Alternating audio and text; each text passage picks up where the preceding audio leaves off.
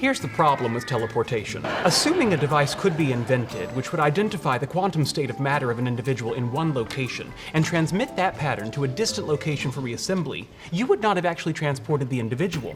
You would have destroyed him in one location and recreated him in another. Teleport successful.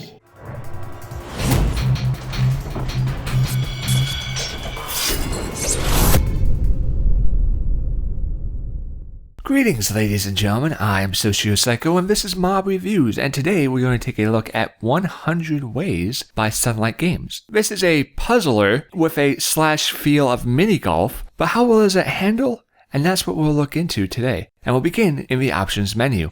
Now in the options menu, the graphical quality of the game is quite simplistic, but the game actually feels and runs rather well. It's been playing at 60 frames per second with no tearing, clipping, or crashing. I've had no performance issues in that regard. It does have German language if that's something that you appreciate when you have it. And I do like the fact that they have a large berth of screen resolutions and different sound sliders for music and voice. So I definitely do appreciate the options that they have. Now when we jump into the game, you can see there's 100 different levels that you have access to. And it's very easy to see your progression throughout the game and understand where you're going, again, which I appreciate. There's no real confusion about, oh, what one did I do, what one I didn't do. It doesn't waste your time, it gets right to the bone, it has a clean interface, and you can see that when we jump into one of these levels, you have the level that you're on, a restart option, the level map, which will take you back to the world, so you can select a different map, again to your options menu, or straight out to the menu, play, which means that the ball will go into motion,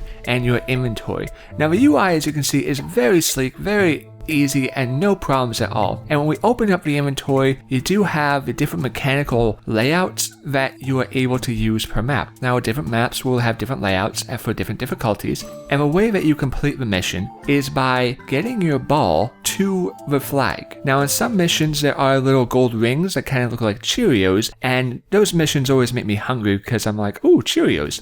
And outside of that, it's pretty straightforward. You need to get the ball to a flag, the ball to the Cheerio, then the flag, and that's how you do it. And these mechanical aids you have in your inventory are what you need to use in order to accomplish that task. They will vary up as the different missions vary. But when we talk about the inventory, what I don't like is when you click on one of the mechanical aids and you put it onto the map, it then closes. You can't drag it back open, you can't redo it, you have to go back up to the inventory, go back to the ability. So if you're laying down 5 of the same trap, you have to do the same motion 5 times. Is it a game breaker? No, but it is annoying. It's rather inconvenient. It would have been nice if they left the inventory space open, thus allowing you to close it as they do have a close option. They even have the implementation now of when you click on the screen elsewhere, it will close automatically, but it doesn't stay open, and this little annoyance just prolongs the gameplay where it really shouldn't. The other issue I have with the UI is the fact when you do move the mouse around the edges of the screen or you use your keys, it's very slow. It's not jagged, it doesn't blip or clip. There's no issues in that manner, but it's very slow. And when you have a ball that's flying around the map at faster paces, being flung through the air, you do have the option to watch the ball with a camera so it locks right onto it, but there may be times where you want to scroll out and look at where it's going for yourself, not be locked in. And the pace of how you scroll across the map doesn't really keep up with it on the larger maps.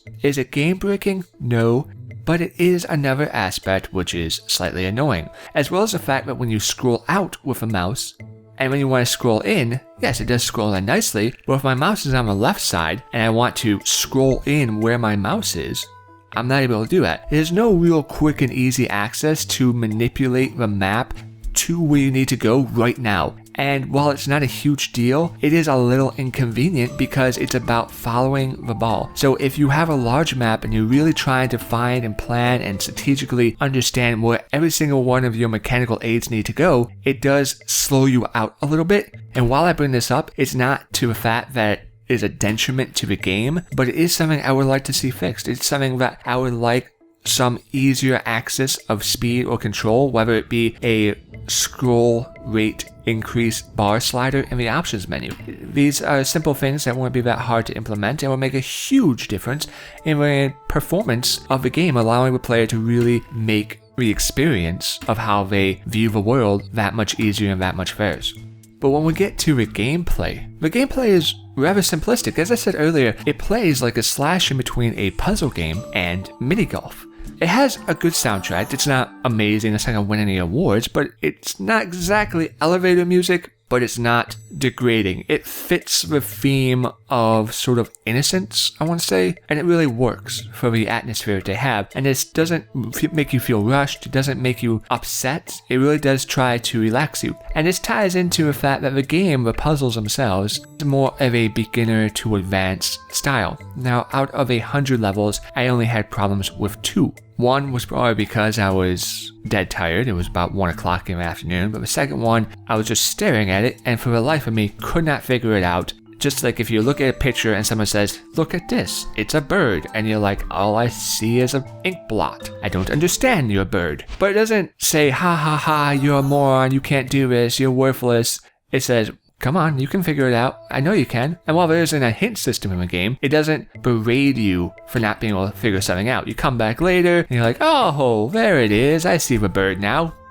The way the game is, though, if you're an expert puzzler, it's not that you will hate this game. It's just that you won't really find a challenge that you're possibly seeking. It doesn't mean the game is a bad experience, but it does mean that if you're seeking pure challenge, it won't happen. My pace when I went through the game didn't even slow down until after level 80. But it is important to note that while I consider myself more of an expert puzzler, I'm not like a grand chess master, a multi-dimensional puzzle whiz. I never felt as if the game was demeaning or rude or difficult in an unfair way. I never felt like my time was wasted with the game. Yes, sure, it's more suited for beginners and advanced, but just because you're not in those categories doesn't mean that the game disrespects you for playing the game. It has this sort of atmosphere that really welcomes you in like a wet dream. It just feels right.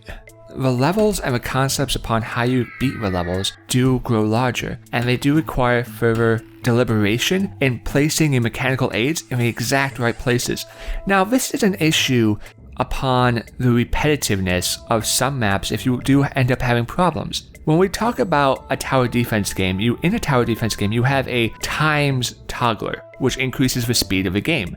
100 Ways would definitely benefit from a similar option. If you have on the larger maps a misplaced mechanical aid, or you're not sure exactly where your ball is going to end up, and you hit play and it gets through 60+% of the map, well, now you have to make that one tiny change and watch it all over again. Having a speed toggler, which would increase the rate of emotions upon the game, would definitely be appreciated. Is it game breaking because it doesn't have it? No, not at all. But it's one of those small little areas that would respect the player's time more and say, okay, well, let's do this again, and make so that where you have an issue, we can get you back to that point faster. You don't have to wait around in the area that you already conquered of the map. We can get you back to that problem area and get you there to solve that puzzle that much faster. Now, while that is a slight inconvenience, it's not as if a game is doing it deliberately and saying, haha, nanny poo poo, you suck, now you have to watch yourself do it all over again. It's just an obvious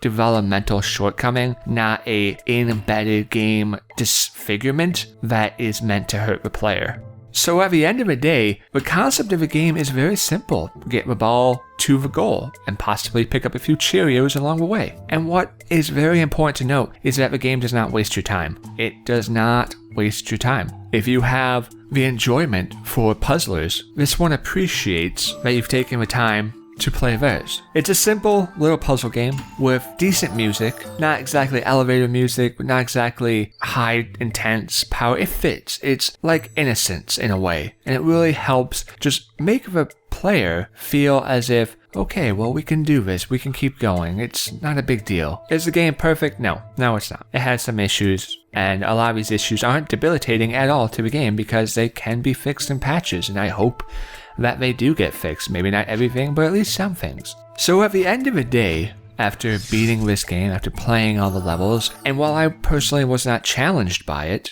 I enjoyed my time in it. I never felt as if it was trying to be mean to me or disrespecting my time. I never felt as if it was just overly aggressive. It gave me a lot of freedom and a lot of choice because in some maps there was multiple ways to accomplish your goal. And it was up to you to find the passage that spoke to you, that you saw, that you heard, that you could really feel. And so with that, I can easily recommend this game. I have been SocioPsycho with some mob reviews. I hope this has been help to you. and I'll see you next time.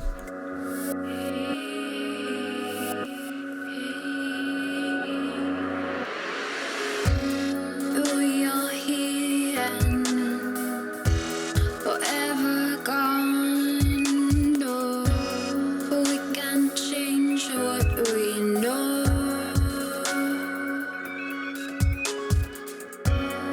We can only see what we want to grow. Try to even out the patches that we've sown.